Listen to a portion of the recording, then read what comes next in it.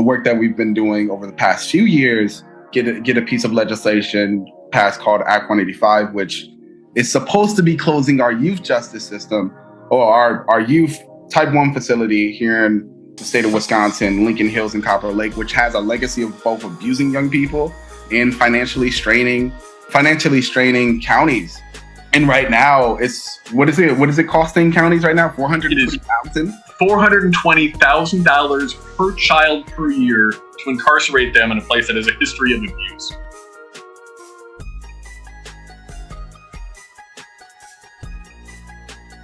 All right, chat, I'm going to do something a little bit special right now. We are going to be doing an interview with a couple of candidates for Wisconsin State Assembly. This is Ryan Clancy and Darrin Mason Jr. They're both running for the state legislature in Wisconsin, which is the Wisconsin State Assembly. We just talked about that assembly last stream as the single most gerrymandered assembly in the entire country.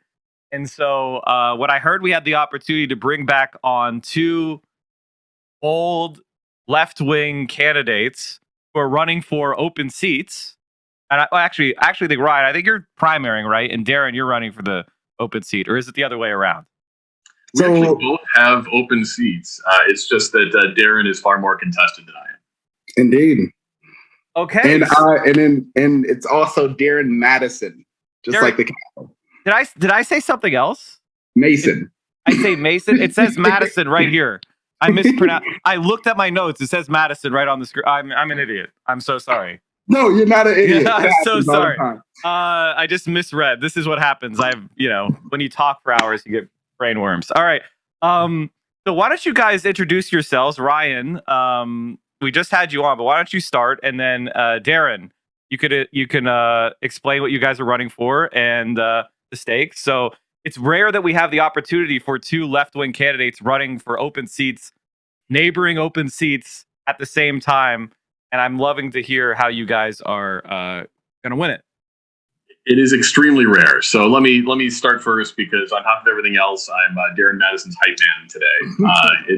I'm the first socialist county supervisor in Milwaukee since 1956. When both of us win our elections here, we will be the first socialists in any state position in Madison or in Wisconsin for 86 years. And it's been a long time coming. I'm really happy to be on both on this show and then on this ticket with Darrin Madison. We are both running in open seats.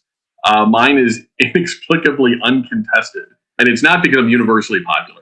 I've passed a lot of legislation, but it's because I think a lot of establishment folks don't want to run against and lose to a bunch of scrappy socialists. It's fantastic, and I'm really here to be on Darrin Madison's team, because I can't wait to serve with him. This is incredible. Before you jump in, let me just say, as somebody who's run for state legislature myself before, this is the office of the machine. Like this is where they set people up. This is where they line up people that they want to have office in the future, and they never give it up without a fight. They don't want to give up any legislative position without a fight. So the fact that they've just given up fighting you is incredible. Or that they're so incompetent that they don't have anybody to run in a safe seat. That's insane too. And it's the highest turnout, highest fundraising district in the state out of our 99 districts. So it is, I'm honored to be serving, and really hoping to help some other folks along today too. That's incredible. All right, Darrin, you're up. Yeah, absolutely. So I'm Darrin Madison. Well, Darrin Madison Jr. It will be Darrin Madison on the ballot. I'm running for the 10th Assembly District here in Wisconsin. Also one of the most progressive districts in the state, but also gerrymandered too. I have 3 different municipalities in my district: the city of Glendale, the village of Shorewood, and the city of Milwaukee. And there's polar differences between all 3 municipalities. And I have experience and a legacy of organizing and building relationships across this district.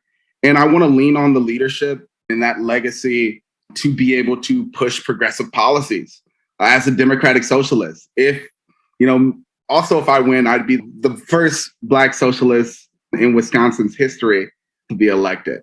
So there's a few things on the docket as it relates to the stakes of this race. But even talking about what's happening in Madison and, being in one of the most gerrymandered states in the country, we really need leaders that are willing to push the boundaries and hold both parties accountable to really fighting for the needs of working class people. And that's why I'm running. And that's why I'm really glad to be also running alongside my good friend Ryan, who has been doing that amazingly at the county level and getting some pretty dope haters and some really amazing supporters. Well, let me talk to you guys about that, about the larger political conditions in Wisconsin. It seems to me, Wisconsin is kind of the canary in the coal mine for our country as a whole, and the failure of our institutions and how they have been kind of co-opted for the interests of one corporate party over the other. And they're kind of just seizing power. Popular will be damned. They don't care that they lose, the votes. They're going to seize power until they're stopped. And in Wisconsin, in particular, in 2018, I believe the Democrats statewide they won the popular vote by something like 7 points. And yet they only got around, 38, 39 of the 99 seats. So the Republicans have, they're outperforming their vote by 20 points or so, or 15 points or so. And so how did the only way the Democrats, let alone leftists, could take power is if they won the statewide election by 20 points, according to analysis that has been done of the Wisconsin state legislature. So what are you guys doing to change the tenor of Wisconsin politics and challenge these systems? And how do you see yourselves, knowing that the system is basically rigged? So how are you facing that, eventuality as you're running for these seats, which are designed to be vote sinks for the left? Ryan, you want to go first? So Ryan, you bet. Yeah. I'm under no illusions that I'm going to be able to pass because at the county level, I've been able to pass a ton of really groundbreaking legislation. And the last time we talked about the right to counsel. So if you're faced with eviction here in Milwaukee County now, you get an attorney. I've passed a lot of legislation. I'm not going to be able to do that at the state, despite the fact that even conservative estimates put us at a purple state, not a very red one. Right. What our role will be at the state essentially is as advocates. So calling out the bullshit, like Darren said, holding both sides accountable to our actions. But it's not a seat where we can pass a lot of legislation. We can talk about the things that we want to do. We can talk about the legislative priorities that we have. But we're going to have to look ahead to 2023 when we have a state Supreme Court seat coming up. That's our best chance of ungerrymandering the state. And being is that a Republican seat or a Democrat? I know that you have nonpartisan judges supposedly, but I know it's a 4-3 majority for the far right on the court right now. Right. So swinging one or two seats in 2023, moving those from a Republican seat to a left-leaning one is going to be key. That is how we ungerrymander it. Indeed. So Darren, you're running the more challenging race, I guess. How is the race going, and what is your strategy for overcoming, the right wing of the party? Yeah, no problem. So, in my race, right, again, the 3 municipalities, the huge barrier in my race is that my opponent is the mayor of Glendale. And he's, also a Democrat. Well, a Democrat, right? He is leaning on being able to monopolize Glendale's votes while also inching into Shorewood and trying to move a base of folks in Milwaukee, by leveraging the victories of people of color and queer non-binary representation in Glendale to say that he has been able to do things on behalf of these marginalized populations. My strategy is rooted in organizing. I've been an organizer since I was 9 years old, and I've built relationships with folks across this district. And I have a legacy of actually accomplishing things through organizing alongside community. The difference between us is that I'm not interested in leading from the top down. really I'd love to lean on the leadership and the experiences of the folks in this district to author legislation and create pathways to pass legislation in our state legislature. Not saying that that's going to be easy, but it starts with reframing how we both lead and how we move folks to take action. If we are doing the work to actually engage folks throughout this state, not only in our districts, in being able to take legislative action while also educating them about who's actually hurting them, we can actually create some real change and actually flip more seats in this state. But that takes a well-rounded strategy, and it starts with the way that I'm approaching this work in my district. And so I've been building with a lot of folks throughout the district, including in Glendale, where my opponent claims he has, a solid base of folks. And I've been hearing a lot that a lot of people just don't like him, and they don't like the way he's led. So they're looking for something new, and I'm bringing it to the table.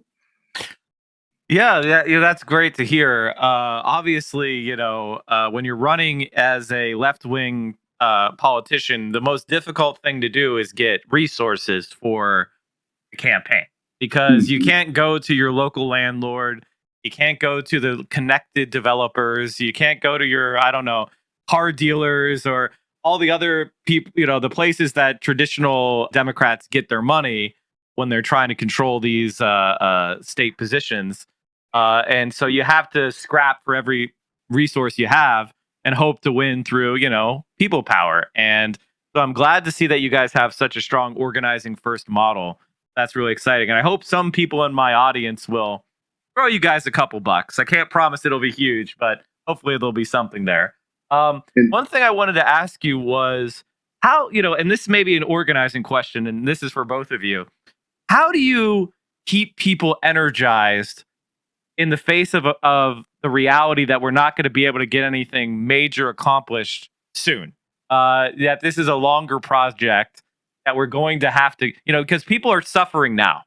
Yeah. I'm sure you guys and every left-wing politician I've ever met, we are acutely aware of the pain that's being felt now, and the fact that we have all these powerful state organs that are just deaf to it, that don't care. And it's going to take us a long time before we could grab control of that state and use it for the benefit of working class, hopefully. How do you keep people's energy up and fighting and struggling, even in the face of the reality that it's going to take a bit? So, and I've had this conversation on Doors all the time thus far. And, I've even gotten folks are losing hope in the process, right? In our democracy, to the extent that, even some folks that I've had conversations with are even considering, like, we need more moderates, right? We need to elect more moderates, and that's our pathway forward. And that is absolutely not. And I've had to have deeper conversations with them about what a realistic strategy looks like. Passing legislation isn't the only way to help folks, right? There are some amazing state departments that are doing amazing work, and we can build relationships as state representatives between state departments and local municipalities and county governments, right? So that we can be able to create a continuum of support through strategic partnerships, right? I think about some of the work that I'm doing as it relates to building a green career pipeline in our state. I've been having conversations with folks that work with the Department of Workforce Development here in Wisconsin, as well as the Department of Public Instruction, so that we can build a stronger relationship between the two and create non-traditional pathways to thriving living wage jobs in green careers for folks across the spectrum in terms of generations and experience in the workforce, right? Understanding those needs in those departments in the state legislature and being able to make those connections and leveraging, my position and my platform to be able to do that is a path forward to being able to support communities and getting what they need. Absolutely. And I think it's important to do the work. It's important to do the right thing. And then if it doesn't pass, if it doesn't work, you not only drag the folks that were opposed to it, but you drag the system behind it, right? So I've been doing a lot of work on carceral reform at the county level. we have a monopoly with the same folks who do the food service or also run the commissary. And it means that the food is absolutely terrible because there's a financial incentive there to serve terrible food. So the folks who you, by the way, aren't paying any money while they're laboring in our care for these private corporations, then have to go to the commissary to make even more money.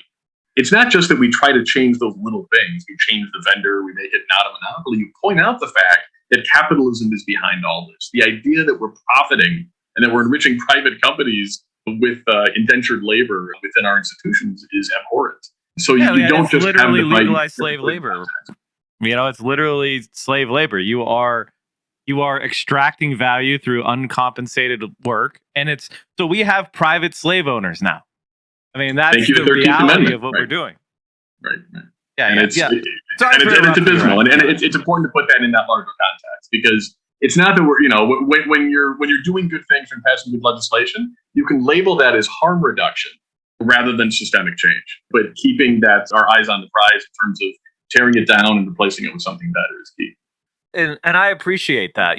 Obviously, one of the things that I always urge people that are running for offices like this is a focus on constituent services. And I think both of you have that idea firmly in mind, which is like to be the representative that fights for people in all the bureaucratic problems they run into when they're trying to get services. If you're in their corner and your office is in their corner, then you're never going to be beatable, because everybody's going to say how hard you have won, how many fights you've won for the people. And that's just going to make you stronger and stronger as you fight for greater change. How would you describe the politics of Milwaukee and Wisconsin overall, and the struggle between like what we would broadly call left-wingers or progressives or socialists and the party establishment, the Joe Biden aligned machine politicians? Is there is it a strong civil war? Are you guys on the upswing? How can people who are in Wisconsin in my audience help left-wing candidates become more and more prominent? Yeah, I mean, I think it's getting us company, right? So I was the first one elected since 1956, and that put an immediate target on my back, and many people took shots, right? I mean, every week in the media, there's some shot at me as being a self-described socialist, as if I'm a pedophile or something like that. It's absolutely ridiculous. And there are many folks who are both Dems and on the right who are coming at us. But what we saw in the last election at the county board is that it's not just me anymore. We have a caucus now on the county board of 2 people, in some part due to our appearance on your stream not too long ago, Mike. And I appreciate that. Well, I'm sure I get less than 1% of the credit for that. So don't even. No. And honestly, the amount of funds that came in were significant, but it was amazing to go back and to see the ton of chat and support from folks all over the country. It was emboldening to all of our campaigns at a time that we really needed it. And I appreciate you being humble here, but that was a big shot in the arm to us. Darrin Madison right now needs your financial support, because his race is going to be extremely close. The best thing we can do to push back on the bullshit narrative that these folks are just out on the fringe is to make sure that he makes it to the state. And right now, boy, if you can come and knock doors for him, that's fantastic. If you can't, please click on that Act Blue link and get this guy some funds, because it's going to be a squeaker. It's going to be really close. Yeah, I know. I mean, I know that when we had you guys on for the county council is that what it is, or county commissioner? A county board, yeah. County board. Okay, they all have a different name, but we actually had a tight win. Like it was, how many votes was it? It was like 100 or something. Do you recall? I do. It was 12. It was 12 votes for Juan Miguel Martinez, who is now serving with me, and it is such a relief, both, I mean, pragmatically, but also psychologically, to know that we have a literal socialist caucus. Like when we hang out together, so that we don't violate quorum, we have to publicly notice that. And people got pissed. Mainstream media freaked out. They were calling me saying, "What's this socialist caucus?" And I love it. It's fantastic, and it feels good, and we're getting more done together. Yeah, and 12 votes. I appreciate you giving sharing the credit, and that's just a socialist thing to do. Obviously, the work that you've put in over the decades has is what resulted in your win, and we just gave you a little bit of a boost. But I appreciate that. And with 12 vote victory, literally everybody who threw in $10 helped make that happen. Everybody who knocked the packet, for those candidates made it happen. So every single piece of effort mattered. And the thing about campaigns is you don't know if it's going to be one of those races until it's in the rearview mirror. For example, we have that race in Texas with Jessica Cisneros versus Henry Cuellar for Congress. And she ended up losing by 300 votes. And I can tell you, I occasionally think about that race as I should have done more, but you don't know it's going to be that tight until it's over. And so we need you to put the effort in the front half, and then you get the rewards, of having somebody in a position of power and challenging the Democrats to the left, which is just so important. Is a lot of people are hopeless because they don't think anything can be different. Their imaginations have been constrained. Their belief, they have capitalist realism brain. All they can see is the system we have now. And we need voices like yours that are up there saying, actually, we can do this. We can solve this. We can solve homelessness by building homes. And saying those straightforward policies is so important. So I really appreciate the sharing of credit. I hope people in my audience will toss Darren some money. And I will too, of course. Thinking about close races, a year ago, I was exactly in the same position on the other end of the spectrum as it relates to a similar victory, a loss in my race. I ran for county board 2, and I lost literally by 12 votes. And it was 1 vote away from a state paid for automatic recount. And, again, right after the race, I was like, what if I spent more time? What if I did another hour? What if I fundraised more? What if I did, what if I called more people? But the reality is we do the best that we can. Sure. And our communities and our families and our friends and our circle of support, when they go hard on our behalf, we walk over that finish line collectively. And we all claim the victory. And I'd never sell short, the value of any inch of support. Your support of both Eric, Ryan, and Juan Miguel went far. It went far, and it is the 1% is as valuable as the 78, right? Well, or the 99, right? But yeah. I want to correct the record real quick too. It was not 12 votes in the last race; it was 17. 17. Sorry. Okay. So clearly, just a walk-off home run on that one. But yeah, and it was out of thousands of votes cast. And really, if you think that your vote doesn't matter, that your dollars don't, we've got 2 extremely close races, one that went our way and one that didn't, even in just the last couple of years. Mm-hmm. Yeah, I mean, I think that's really important. It's something that I might have mentioned last time you were on here, but I'll do it again, which is that Bernie Sanders, when he won his race for mayor of Burlington, he did so by 10 votes, and he did so running against the Democrats and the Republicans. That always is the real, whether you're technically a Democrat or not, when you're on the left, you are running against both parties. And, I know, Ryan, you know that for sure at this point.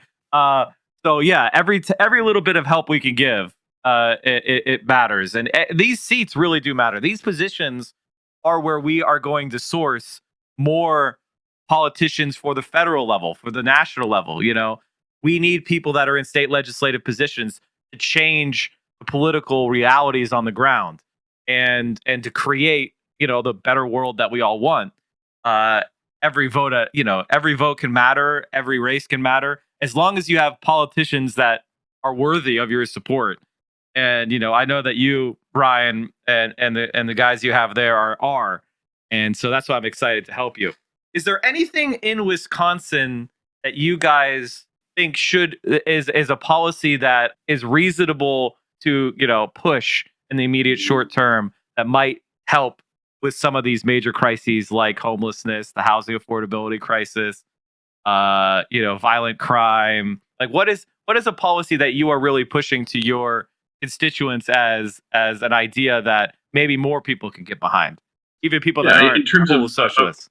yeah, in terms of things that could actually pass, if that's the Yes. question. My big one Yeah. is the right to counsel, right? So I was able to pass that unanimously here in Milwaukee County. That is something, and not just for evictions, that we could make that statewide. We could make it include foreclosures, because in more rural areas, that's proportionally a bigger problem up there. I'm frequently wrong about these things, but I can't imagine a reasonable person, whether they're a Democrat or Republican, pushing back against having both sides, because big landlords already have access to attorneys. 90-something% when they go to court, it's not them, it's their attorneys. But I can't imagine a scenario under which folks wouldn't support that. That said, I'm frequently wrong on that, and I see conservatives and even a ton of moderates push back violently against things which are just common sense, and which really raise up a lot of working class folks all across the state. So we'll see, but I have high hopes for that. I'd love to uplift, the idea of paying for a data analyst at statewide to look at disaggregating our data in our criminal justice system as it relates to both our youth justice system and our adult justice system, and have been doing some amazing work in my district to have conversations with legislators about, what this looks like. Initially, we wanted it to, function under the governor's office, but there's been pushback, and they're trying to get it to function under the state Supreme Court, which would not be the most ideal, but that might be the pathway forward to begin doing this work. But that has had it's had bipartisan support. The important piece about disaggregating that data is it'll show us that we aren't making sound investments in our justice system. In the ideal sense, we are completely dismantling and abolishing that model. But this is a step towards mediation and moving us in that direction.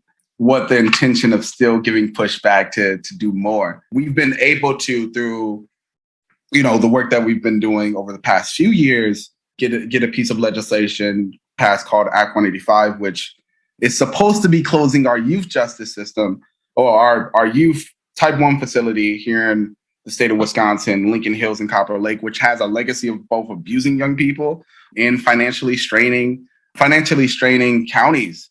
And right now, what is it costing counties right now? $420,000? $420,000 per child per year to incarcerate them in a place that has a history of abuse.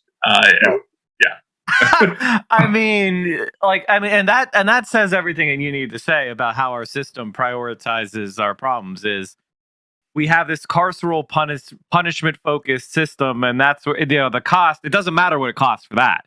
You could spend billions per kid and it wouldn't be a problem. But the moment you want to spend, $10,000 per child on an education, well, now we got to cut back on that. That's too much. $420,000. And the debate right now is not about if we should replace that prison. It's about where to put the new one. So we can incarcerate kids closer to home, rather than having those bigger conversations about the structural change. Like, why are we putting kids in cages, period? Can we put fewer kids in cages rather than just caging them closer to home? So, yeah. Sorry, Darren, I didn't mean to step on you there. No, you're on it. I mean, so Ryan functions in a space where he has both the purview of county government, and will be absolutely, when we're in the state legislature, we'll bring that to the state assembly to have deeper conversations about these structural inequities. But, the reality is that there are models out there that work in being able to support our young people. But Wisconsin is not currently willing to invest in those models because it's too concerned with, walking the same path as it relates to navigating our public safety. I spent the past 4 years working for an organization called Youth Justice Milwaukee, and also a national organization called the Burns Institute, which nationally works to close youth prison and supports grassroots efforts throughout the country. And I've gotten the opportunity to see models that work. In San Francisco, they are closed. They've already, in the state of California, they've already stopped having state facilities, right? In San Francisco, they are getting ready to close their county facilities, right? And they've already put systems in place to support folks related to mental health, create actual pathways related to post-secondary education and other careers, and for folks who have interacted with the justice system. This is what it looks like to actually invest in public safety. It's actually meeting the social needs of folks instead of focusing on punitive efforts. So, yeah. I mean, I think one of the things that's fascinating for me when we discuss public safety is, like, to me, public safety is the feeling that you're safe on the streets, the feeling that your community is cares for one another, and that somebody's in trouble, they're going to get help. That's community safety to me. It's not the idea that after I get mugged, the kid who did it is going to prison for 30 years. That didn't, I was still unsafe, and now you've just ruined some young life. And you failed in public safety. No matter how hard you punish the kid, you failed already. That's a sign of failure. And the idea that you'd spend $420,000 to torture kids, I mean, this is just obscene. And this is what's commonplace in our country. So I'm so glad that you guys are running, and why it's so important for you to win, because when you're raising those difficult conversations and pointing and shining light on these institutions, most fair-minded people are going to say, $420,000, what? That could provide a world-class Ivy League education, and instead you're torturing a kid and making them more of a predator than they would ever have been.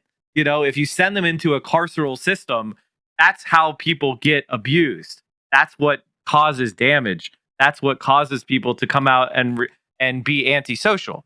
It is our carceral state that creates the unsafe situation that we're in, as opposed to a one of rehabilitation, and not treating people like animals or predators, but rather treating them like human beings that have maybe done something that is wrong and bad.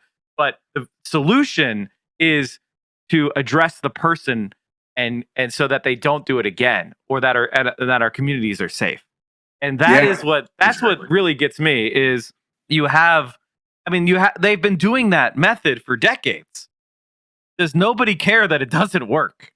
Right. We're out of good faith arguments for locking up kids and locking up people generally, right? We know that locking somebody up does not make us safer because we've tried it for so long. We also know it's incredibly expensive fiscally. We know that it harms families. So, the outcome, the unintended consequences maybe of ripping, especially somebody who's a breadwinner out of a home and incarcerating them, are terrible, right? It has impacts on minor children living in the household. It has impacts on the community. So there are no good faith arguments to continuing this failed experiment of locking people up, other than we just don't like those people. And that's really what it comes down to. You can't talk to a person and say, this costs us $420,000 fiscally. The impact on communities and family is really terrible. And if the answer is still let's do it, we're out of good answers. And it needs to change. So what are you guys, what's the timeline? What's this calendar? How long do we have before the elections, and what's the deadline? What is the action items going forward to win the races that you guys are in? Yeah, so we are at the 31-day mark, right? 32 days. We are at that. I'm giving myself an extra day. I want an extra day. But we are at the 32-day mark of our races, right? Everything will be decided in our primaries. There are no Republicans running in our races. And, the biggest thing that folks can do is either give dollars or give their time. I know folks are all over the country watching this stream, but you can still call folks in my district, and I'm pretty sure they'd love to talk to you. That support would be tremendous.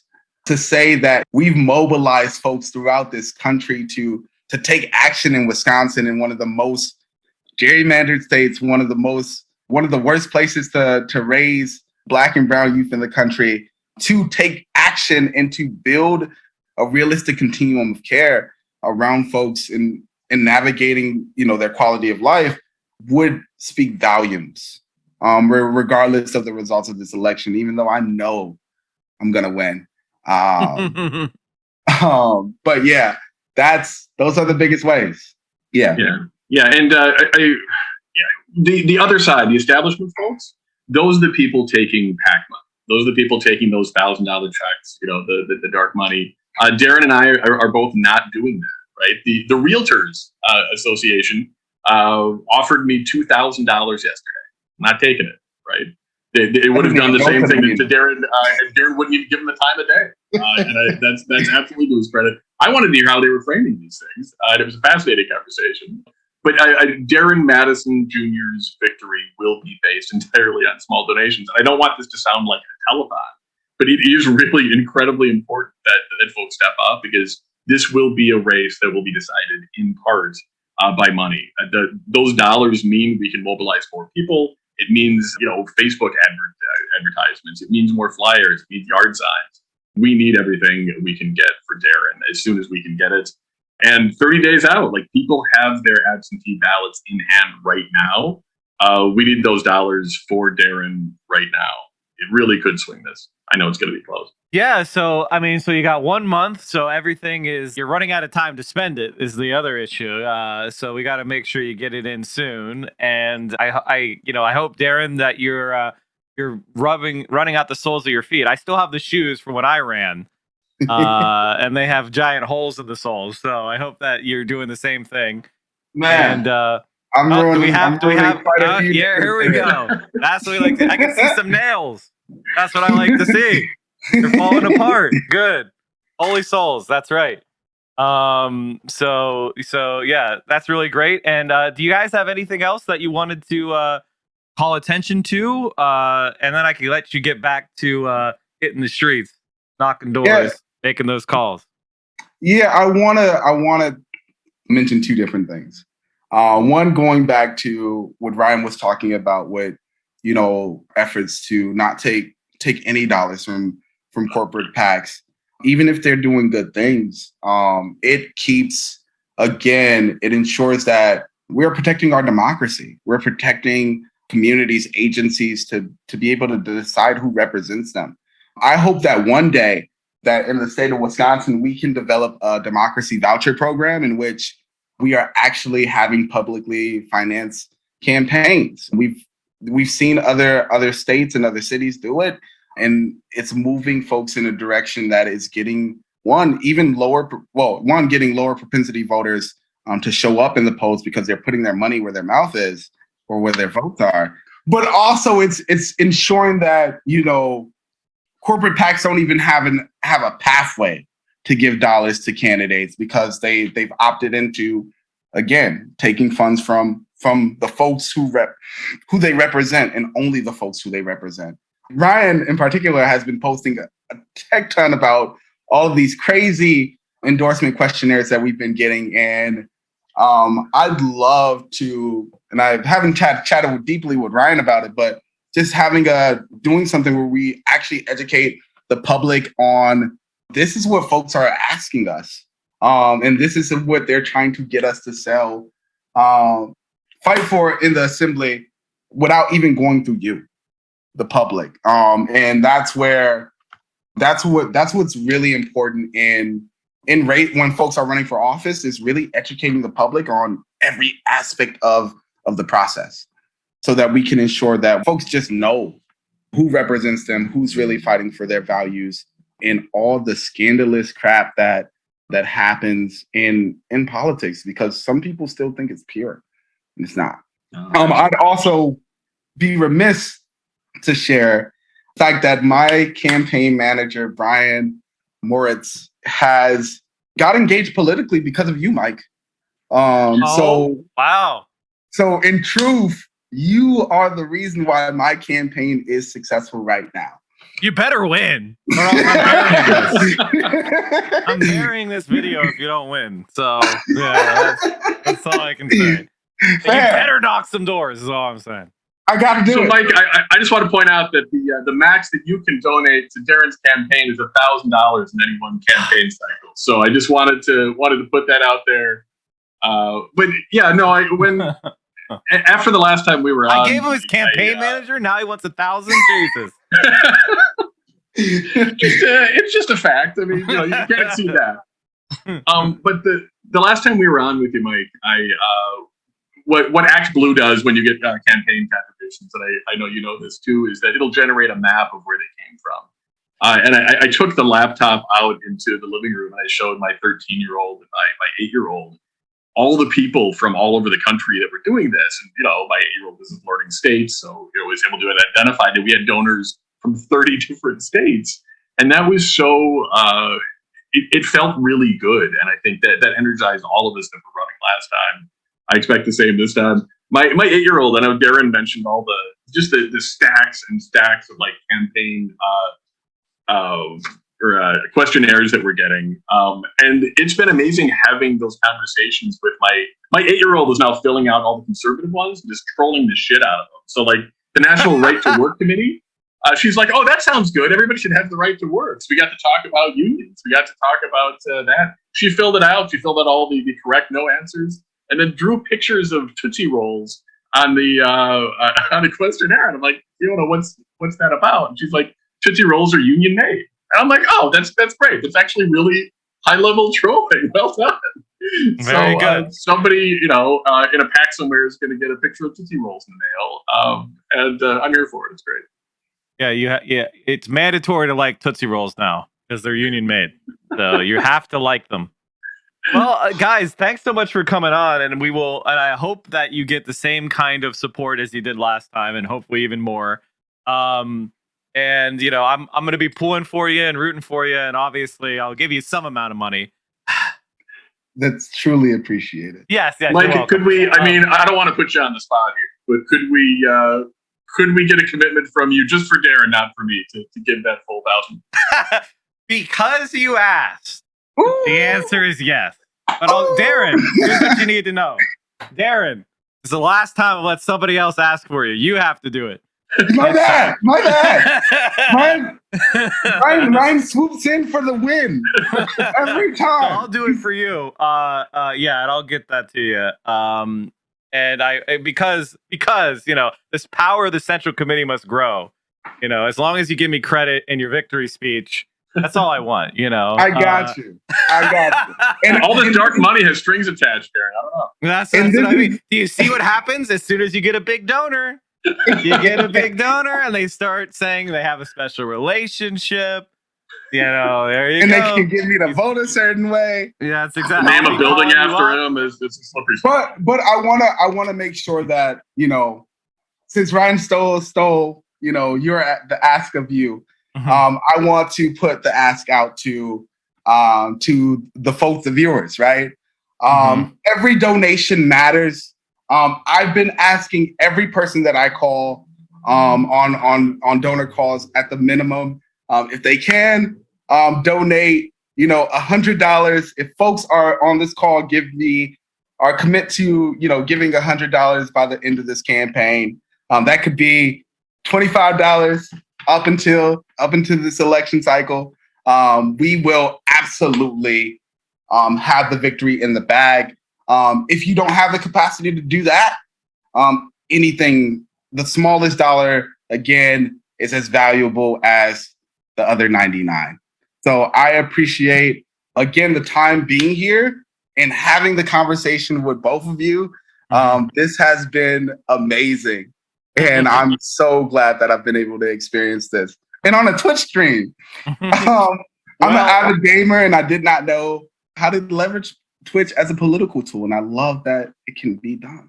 Yeah, there's a couple big lefties on the platform who are trying to, use it for good. And obviously there's Hasan, who's gigantic. He's the 10th biggest streamer on the platform, and then there's me, and I'm somewhere around 500-600.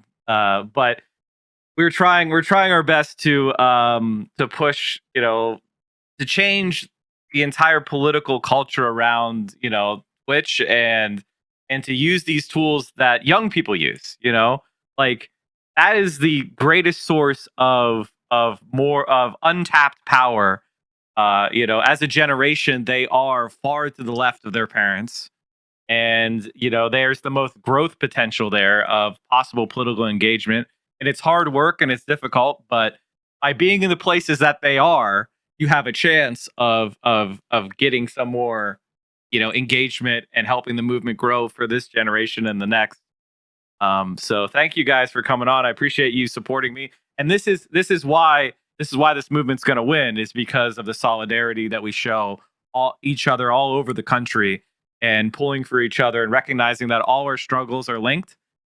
Socialists winning in the Wisconsin State Assembly. If you don't live in Wisconsin, maybe you're like, why should I care? But the reality is that your victory is our victory, and you help show that it can be done, and you give energy and hope to people all over the country. So good luck, guys, and I hope that you get the support you need. And Darren, leave everything out there on the and if you don't make it this time, there's always another election. So we're going to be pulling for you. And I hope that you keep the fight going no matter what the outcome is. But I know that you guys are fighting your asses off. So good luck out there. Break a leg, and I'll see you all soon. Thank you, Mike. Appreciate it. Thanks for having us. See ya. See ya. Bye-bye. All right, chat. That was Sewer Socialists running. We had Darrin Madison Jr. running in Wisconsin's 10th district, and Ryan Clancy running in Wisconsin's 9th district for the legislature there. These guys are true blue sewer socialists, reviving that ancient tradition, and they're going to need your support. So obviously now I have to give them $1,000. God damn it. They knew how to leverage me. They knew how to do it. Negative down 1K. You hate. Did I say Madison? I didn't say Mason. I said Madison. Harrison, Madison. Darrin, Madison. I can't read. Your mid-Atlantic accent won't allow you to say Madison? Oh, okay. There you go. Well, I said it this time. Quit trolling me. Mushmouth Mike. Truly it is. Mushmouth Mike. All right, mods, if you want to link their donation again, I have to do it off stream because the Act Blue likes to dox you completely. And it's like, is this your full credit card and expiration date and home address? Is this your social security number? Is this your credit score? It's awesome that you had influence on their lives and friends' lives. Of course I do. I've been told, chat, by major DSA organizers that they thought Mike from PA, people would be like, oh, I'm joining DSA because of Mike from PA. And they were like, they thought it was like Kilroy or something. They thought it was like an inside joke. But no, they found out I was real. And they were like, oh, like, wait, Mike from PA is real? Because so many people are joining DSA from this community. We are actually making a major impact. So as you can see, in Wisconsin, the home of sewer socialism, which is something that people have tried to make fun of. But the reality is that municipal socialists at the local level, is incredibly important. And it's also something that you can do. One person, one volunteer made the difference in that Milwaukee County Council race. So that's the way you do it. So we're going to keep pushing everybody we can. Ryan, chat, it's not crazy that Ryan could be a congressman. When you become a state legislature, that's what Summer Lee did in Pittsburgh. Summer Lee became a state rep. And then there was an opportunity to run for Congress, and Summer Lee did it. So these kind of, these races are really important, and they can make an impact nationally. Numerical Whistle, thank you for the tier 1. Obviously, just running in the state legislature is important too. I accidentally donated $1,000 to Biden's 2024 campaign. Oh, shit.